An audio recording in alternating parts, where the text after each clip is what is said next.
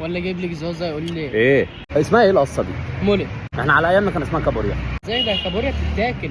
والمولت اسمها حلقه. او على ايامنا ما كناش بنتهته. تسمع مين انت فنانك المفضل؟ يعني مثلا زيت زوزه. احنا على ايامنا كان عماد بعرور مكسر الكلام.